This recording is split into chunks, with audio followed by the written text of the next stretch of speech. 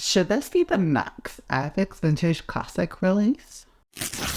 Hey guys, it's motivation time, and today we're looking at the Diavoli Rossi F-84 from Airfix. Now, I guess you could say this is part of the series that refuses to die that I did. The first full display team that I made is the F-84F, and yeah, I've already done the F-86, the G91, the MB339, and the newest 311 Leonardo, which you can see over here. But today we're looking at an older team, a team that led towards the F-84F and is featured in their anniversary scheme where they put, the old display teams onto the tailless of the aircraft. This is also a kit I did as a child and one that I definitely didn't do very well, so I'm really excited to do this in a more well-rounded and cleaner approach as an adult. Now, we're not going to go into the super details of the F-84F Honeys because this is about the display team, so we'll do that another day when we inevitably end up doing another F-84F. And this isn't the only Italian display team that even use these, so we've got a lot to do. Instead, we'll be looking at the history of Diavoli, Rossi, and how they sort of form in the history of Italian aerobatic teams in relation to Il Tricolore, who preside as a national symbol of Italy today. Of course, we'll also look at the Kitstory, the history of the model cat. So, without further ado, let's get into it. So, many of you may be wondering, what Diavoli Rossi? And to me, I like to draw comparisons with the Yellowjacks, a team that existed for only a couple of years, but at the same time managed to have significant impact on the overall formation of Italian aerobatics. And hey, they're still remembered very fondly today, as we'll see in the Kitstory. So Diavoli Rossi means Red Devils. And not the same Red Devils as Diavoli Rouge, which is the Belgian display team. This is entirely unrelated, they just had the same name, but I mean, Red Devils is quite a common moniker in military terms. Now, this team was established in 1957, so they predated teams like the Red Pelicans, that we've looked at before, but were later than the Black Arrows, for example. And of course, they are much later than Patrouille de France, but I mean, they're one of the oldest display teams in the entire world. Now, in 1956, Italy started use of the F-84F, and this would be an aircraft they used for quite a long time, substantially after any display team used the type. They had 194 aircraft, so not a small number, and they would last until 1974. This was, of course, the era where aviation was developing at such a rapid rate, and due to the constant global threats, air forces were constantly wanting to be on the top of that game and make sure that they could outperform their opponents, so having the most modern and capable fighter was extremely important. And Italy was no exception to that rule. Although Diavoli Rossi would only be around until 1959, this team that succeeded them, Gatti Donati, which means Thunderjets, would be formed in 1959 up until 1960. So they continue to use the type and their amazing display, which had, different colours for each aircraft based around the Olympics, and they performed at the 1960 opening ceremony for the Rome Olympics. Of course, they would be followed in 1961 by Il Tricolore, spelling an end for sort of the regional display teams. Although the team had a relatively short history, they became extremely important in the formation of Italian aerobatic teams, and that includes, the Italian flags under the wings, the vibrant, beautiful display schemes, and they were succeeding from the teams that came before them as well, that I'm sure we'll look at in later videos. Their legacy lives on, with Il Tricolore, a national symbol of Italy. Well, it's time to have a look at the Kitstory, so let's dive in and have a look at the history of this model kit, shall we? Of course, this kit is by Airfix and was originally produced in 1974. Now, when we get into the kit itself, you'll see that this is really obvious because it's a part of the mouldings, which is quite common, so you can actually see it printed on the model itself. The box art was the same up until 1979, and several different boxings released, so this was quite a common kit at the time, which makes sense because it wasn't exactly an antique aircraft at the time. Now, at some point in its production run with this original box art, MPC would re-release a kit as a Thunderbirds kit, complete with ground crew. It was really kind of cool. I've not seen this boxing, but I mean, it's the same kit, so I'm sure it's fine. I just don't know what the decal would be like. The box art changed in 1981 and featured a similar but that new realistic version in 1983, which I don't think anyone really likes those box arts. They're kind of meh. For this entire run, from 1974 until 1983, the aircraft had housed the same sort of markings, both in American and German. Bit of a shame considering the wide adoption of this type. In 1999, and may I say, with beautiful box art, the kit was re-released for Diavoli, Rossi, and also featuring Greek or Hellenic Air Force markings. That's of course the subject of today's video. There was also a starter set version released which came with enamel paints, a brush, and some glue in 2000, but that seems to be the only release I could see of this kit. And I must say, the decals on this kit, beautiful, well done Airfix. Now, if you're looking to recreate this kit in 1/72 and don't fancy paying over the odds for the Airfix kit, you can buy the decals from Thorough models. These decals are relatively inexpensive, but they seem to be from the year 2000 as well, so relatively limited production run and probably in quite short supply. I can't see them still online right now, but I personally, it's going to be hit or miss whether or not these are going to work, because again, they're also 20 years old, and you run that risk for any sort of older kits, so just buyer beware with that. In terms of making this at other scales though, Diavoli released sort of a full history box, I'm going to call it. So it was a reboxing of Kinetic's F-84, and it features all of the markings for Diavoli Rossi, who have slightly different paint schemes, and from what I can see it had the slightly different schemes for each year. It looks really cool, and it says it has all of the markings for all aircraft, which is astounding. So if that's the case, I mean, it's Kinetic kits, it's probably going to be pretty good, and it's Diavoli decals, which tend to be okay by my standings, so it might be a really cool kit. But again, I've not built it, I can't say whether it's great or not. Just make sure you have a look at some reviews for that when you get into it, and maybe I'll build that in the future, but I do not have space for 148, obviously. And that seems to be it for this subject of Model A. If there's anything I've missed, let me know in the comments below. And also, as you've made it this far, maybe fancy subscribing to the channel. I release new videos every week, and it would really help me out. Either way, I think we've made it far enough to have a look at what's inside the box now. So that you know fully in advance, I bought this kit second hand, because you can't buy it new. The kit is like 23 years old already, so you know, it is what it is at this point. And you know, I bought this kit over a year ago. It's really easy to buy a kit and for it to just lay around, and you know, parts are loose in this box. That's a hint for what's going to happen later. Don't worry, we got a complete payment at the end of this, but let me tell you. Anyway, let's have a look inside the box. Okay, so the F-84F Thunderstreak from Airfix. Difficulty rating is a 2, so it's not very high, and I love this box art. It's just, I don't know, it just looks iconic, right? It's just got such a nice vibe. This side of the box is again just a little stripe with the artwork on partly popping out, and then the back of the box gives you some information about the aircraft itself, the F-84F, and it gives you it in a few different languages, including French, German, and I think Italian on there as well. So really nice selection on there, and obviously it's got advertisement for Humbrol goods. But we need to have a look inside the box, and everything came a bit loose, so I've spread everything out so you can see it. And here you can see the parts. So this is the side of the fuselage, and this is a massive jet. It's obviously a much older jet, and you can see it's got options for you to have the air brakes in or out. A little bit closer, you can see the panel lines there just in the lighting. It's not too bad for the age of the kit, you know. I was expecting a lot worse, to be perfectly honest, especially with how much people slate older Airfix kits. Though I will say the cockpit seems to be where this aircraft really shines, and then the rest of the kit just sort of exists around it. The pilot is questionable. I'm not entirely sure how I feel about him, but the cockpit glass looks really nice. In fact, all of the glass in this has held up very well, considering again this kit is 20 years old, so it's held up really well. The instructions, however, are old Airfix. They're not good.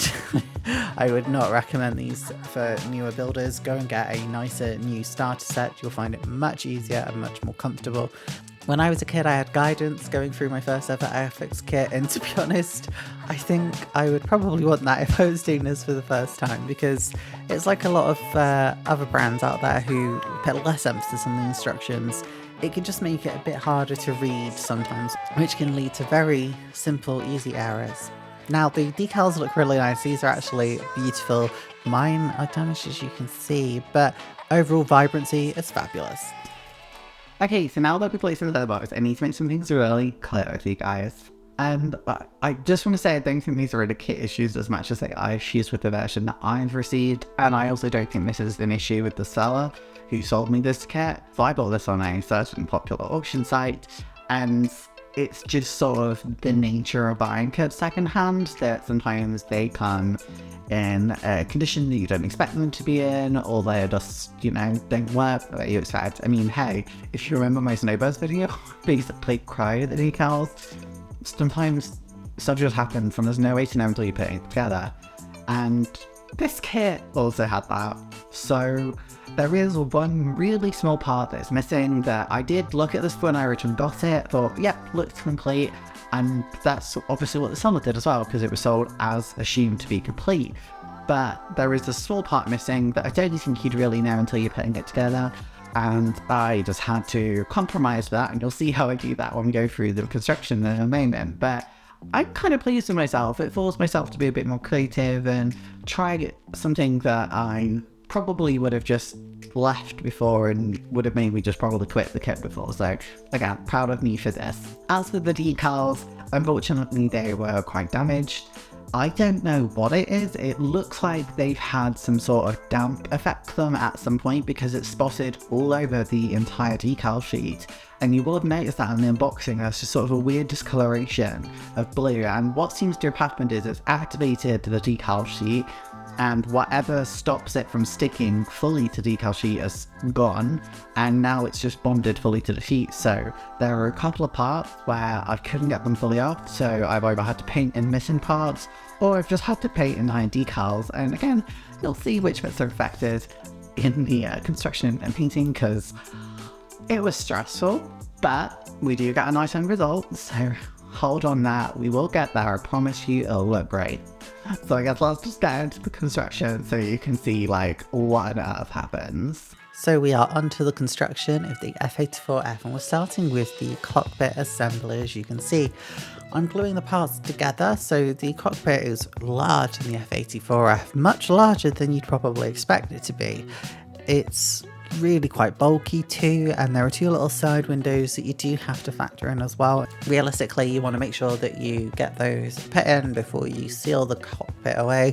And because you've got to do a long vertical stripe down the sort of spine of the fuselage, I think it makes it more important to get these in sooner rather than later. But I mean, you can always just stick the cockpit on my gas with some PPN and just take it off really easily. Now, the cockpit went together really easily. I was really impressed, and the detail of it I think is really good, particularly for the age. The front undercarriage assembly is these T-halves, you pop them together and they go onto the front of the cockpit. The cockpit, this is sort of in that transitionary period where cockpits are going from being a simple tub to a more complex design, and I really like these. I'm not a super fan of having the front wheel assembly be part of the cockpit. However, in some instances, and I found this with this model, it makes it easier to align the cockpit, so sometimes it's good. And I did find it easy to add in some weight to the front as well, which is always important to make sure you do, so you don't get a tail sitter. The wings just come in two parts and you just pop them together, and what you'll notice is in one of the wheel wells you can see that it says 1974, which is the year of make for this aircraft. I found that the two fuselage halves do go together quite nicely so that you can do everything separately before you glue everything together and you paint everything. So you can see that I'm putting the tail together as well now, just sort of making sure that everything's right and I put the right side in. And also you can see the two holes where the air brakes need to go, and we're going to make sure that those are filled in too. So we just slide the tail section in slightly off to the bottom left of the camera, and then we're doing the landing gear assembly. Now I did this because you have to do the front nose wheel into that undercarriage section that we mentioned earlier, and it's quite straightforward, to be perfectly honest. You literally just take the front bit and pop it in because it's one piece. The undercarriage for the central part of the fuselage under the wings is quite easy. Again, it's pretty much just three parts. Really simple, easy to put together undercarriage, no difficulties whatsoever. Now you can see me putting in the main strut for the front undercarriage, and this was nice. I like a nice, easy, solid undercarriage. It's very easy for undercarriage to be made of so many different parts that take so long and can be so fiddly, particularly for those who have lower dexterity. Now I am just dry fitting the aircraft as well to make sure everything fits together nicely. I've not done any particular shaping or shaving of this aircraft to make sure it's like super smooth. I'm just giving it a general dry fit, and as you can see, the cockpit fits in so nicely.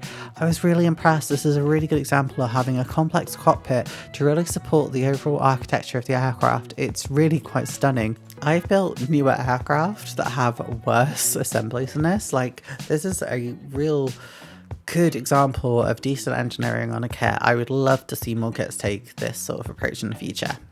Now for the cockpit, I started with a really dark grey coat, and then I went over and added in some lighter grey over the top, and then what I do is I add in some green as well. Now I looked online about what colour these are, and I can't see any real colour pictures inside the cockpit of the Diavoli Rossi ones, but I looked at some general Italian ones, and it seems like they were a combination. Some were pure sort of grey, some had sort of the more green colour on them, so I decided just to sort of go somewhere in the middle and do partly grey, partly green.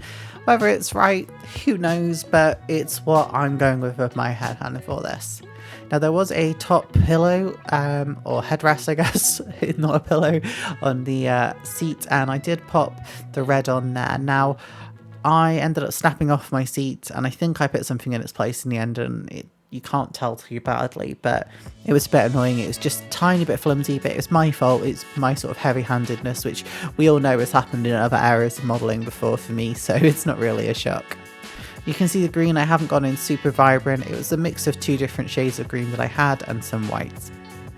Now for the pilot, I'm going in with a grey. I'm going with quite a dark grey, and then I'm trusting the process and going over some Citadel light inks, a light grey ink, to try and get some depth and definition and colour, and trust the process. It does look nicer afterwards. I go in with a white helmet, which I always find can be very hit or miss. I feel like you have to go in quite thick if you're brush painting the helmet, because if you go very, very thin, it can leave a lot of imperfection and impurities on these older kits, but that's just my method. And then it's sort of, I think it's like a grey, olive green trousers. Again, I was just using reference pictures I found online. I'm not entirely sure how accurate this is, and it's not my best pilot. He's got his little white scarf there as well, but it's not the worst either. It could look better, it could look worse, but it looks nice in the model at the end. Now I finished assembling this kit, so after the dry fitting I put everything together really easy, and then I just sort of give it a little bit of a stand down the middle but nothing too major, and then spray painted it with Humbre's silver rattle can paint.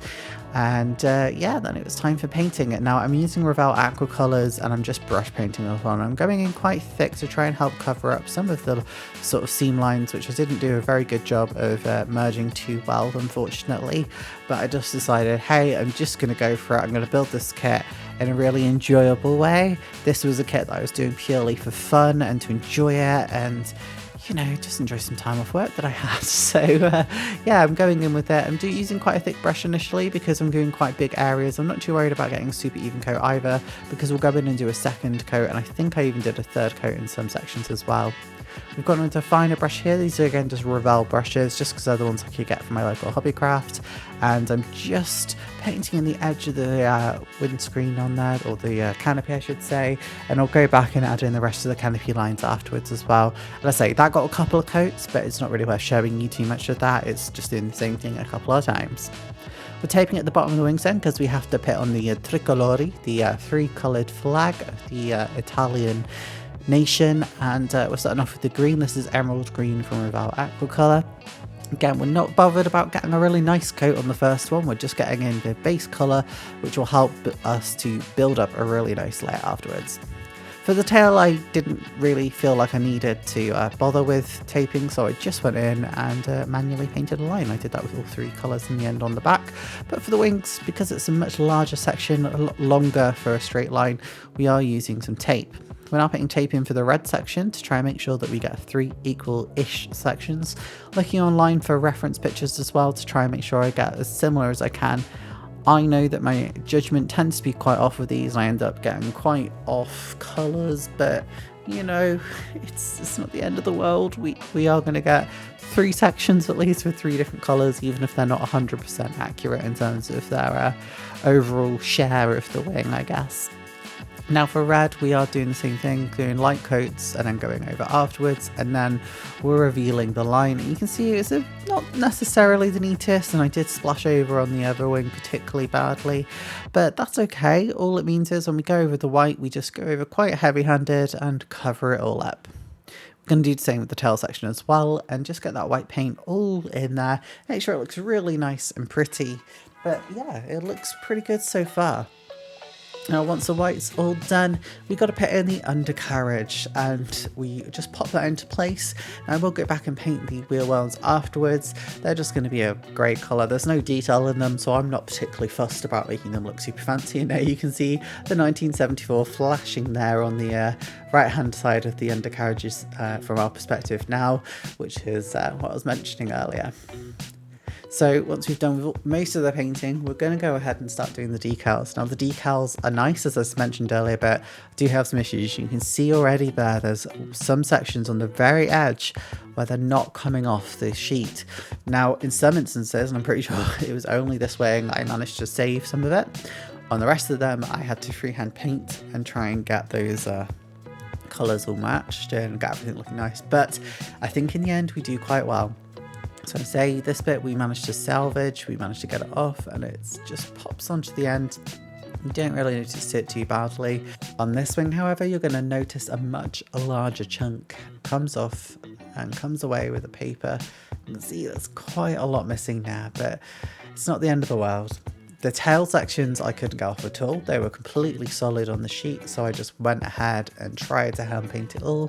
I don't think I did a super bad job, but I don't think it looks super amazing either. I was just doing this all by eye to try and get it as similar as I could. They don't match in the end. It's much like eyebrows. They're sisters, not twins, but it's not the end of the world. Again, we could have done much worse. We could have panicked. We could have even just given up on this kit entirely.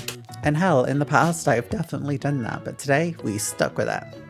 Now, the iconic part of Diavoli Rossi after you've done the rings is going to be these pitchforks and sort of the stripes down the side of the aircraft. I love these. These are what I remember most about this kit from when I was a kid. And I'm glad these came off really nicely and I didn't have to order more decals or another kit. They looked amazing. I loved them. So glad that these came off. They look so stunning.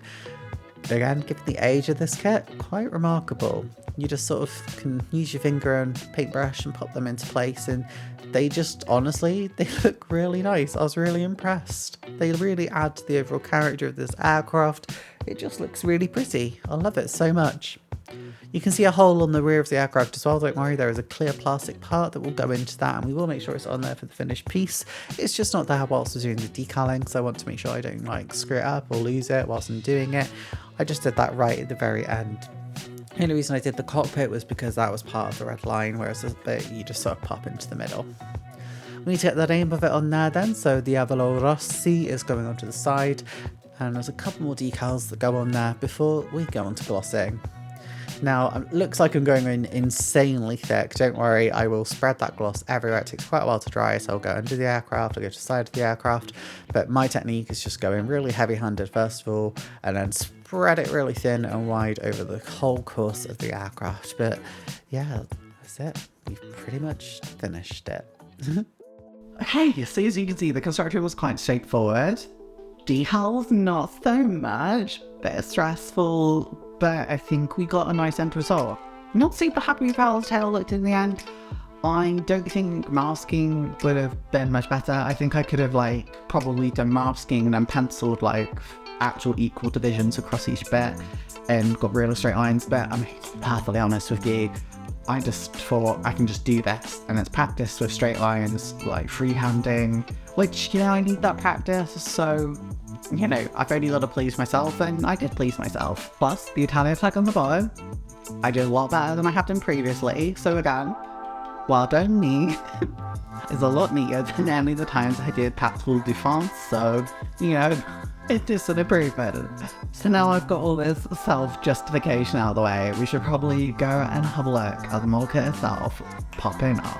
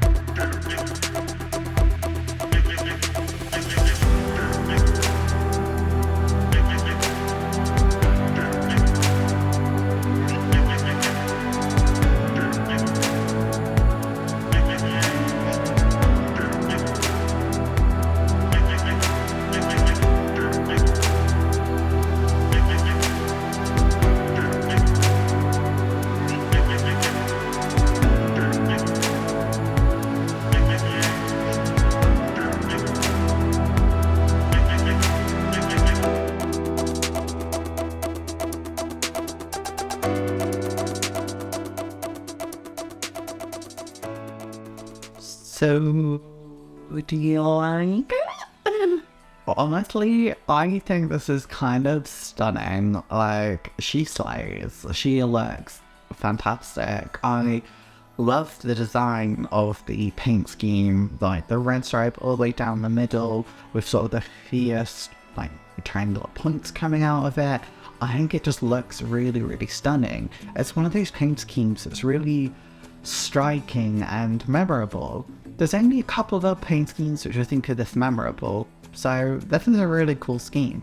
I think I like this even more than the Mystère of Berthoud de France, which is one of my favourite schemes of all time, so that's saying a lot. As I said, I made this kit when I was a lot younger too. I made this kit with the F-X G91 of the Infinite Diavoli, and I have them both together, and I love them because, you know, they're vibrant, colourful, beautiful, and that's what I love about sort of doing display teams, display schemes, you know, all these different colours and looks on aircraft that's just not just grey and camouflage, and nothing wrong with that if that's what you love, but for me, I just love the colour. Not that you can tell, and this didn't disappoint my memory. If anything, I'm really happy that I got to remake this and make it in a way where actually it's going to look quite nice on my shelf, so yeah. As for Biofly, I'm gonna have to answer this in two ways. So, is this worth the price that you tend to see it for online? No. It tends to sell for like 20 to 40.